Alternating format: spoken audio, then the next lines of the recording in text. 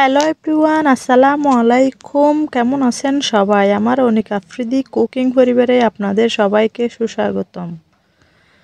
আজকে আমি তৈরি করে দেখাবো, এটা হচ্ছে আমাদের এখানে তালের কিলি পিঠা বলে।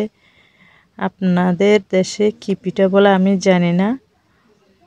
আমার রেসিপিটা ফার্স্ট থেকে লাস্ট পর্যন্ত দেখে আপনারাও পারবেন আমার থেকে দ্বিগুণ স্বাদের এই তালের পিঠা তৈরি করে খেতে। অনেক সুস্বাদু একটা পিঠা, দেখতে যতটা সুন্দর হয়েছে মাশাআল্লাহ খেতে অনেক সুস্বাদু হয়েছে।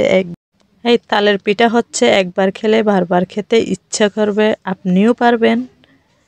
সো শুরু করা যাক আজকের রেসিপি তালের পিঠা।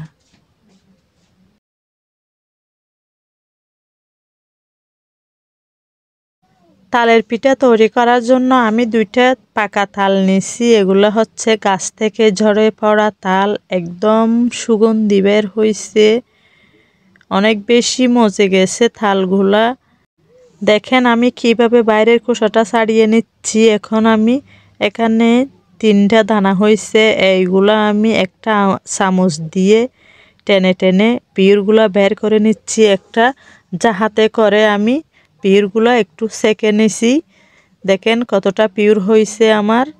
আমি ওখান থেকে অল্পটুকু পিউর নিচ্ছি। এখন স্বাদ মতো চিনি দিচ্ছি, 2টা ডিম দিচ্ছি, পরিমাণ মতো তেল দিচ্ছি। এখন দিয়ে দিচ্ছি আমি 5 কাপ চাউলের গুঁড়া আর 3 কাপ সুজি।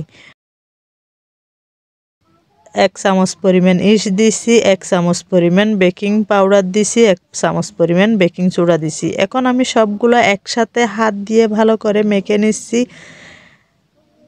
এর মধ্যে দিয়ে দিচ্ছি স্বাদ মতো লবণ। এখন আমি রেস্টে রেখে দিব। রেস্টে রেখে দিয়ে আমি এর মধ্যে তালের কাঁঠাল পাতার খিলিগুলো বানিয়ে নিচ্ছি। এখন আমি একটা একটা করে কিলিতে ব্যাটারটা দিয়ে দিছি। এখানে আমি নারকেলও মেখে নিছি একসাথে। এখন আমি সব পিঠা একটা একটা করে রাইস কুকারের নেড়ে বসিয়ে দিছি। এখন আমি ঢাকনা দিয়ে ঢেকে দিব।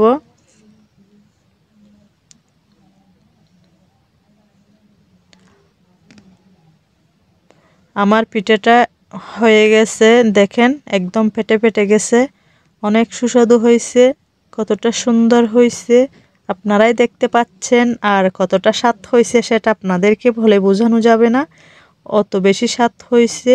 একদম স্পঞ্জ একটা পিঠা হয়েছে, কেকের মতো, অনেক বেশি সুস্বাদু হয়েছে। তো আপনাদেরকে একটাই রিকোয়েস্ট, আমার তালের পিঠার রেসিপিটা যদি ভালো লাগে থাকে একটা লাইক কমেন্ট শেয়ার করবেন। আমার ইউটিউব চ্যানেলে দেখলে সাবস্ক্রাইব করবেন, ফেসবুক পেজে দেখলে ফলো করবেন। আপনাদের সবাইকে অসংখ্য ধন্যবাদ যারা আমার ফেসবুক পেজে ফলো করছেন, ইউটিউব চ্যানেলে সাবস্ক্রাইব করছেন। যারা নতুন তাদেরকে অনুরোধ করব সবাই আমার সাথে একটু যুক্ত হয়ে যাবেন। সবাইকে অসংখ্য ধন্যবাদ। আজ এই পর্যন্ত। সবাই ভালো থাকবেন, সুস্থ থাকবেন। আবারও দেখা হবে আপনাদের সাথে অন্য কোনো নতুন রেসিপিতে, আপনারা যদি সাপোর্ট করেন। আসসালামু আলাইকুম।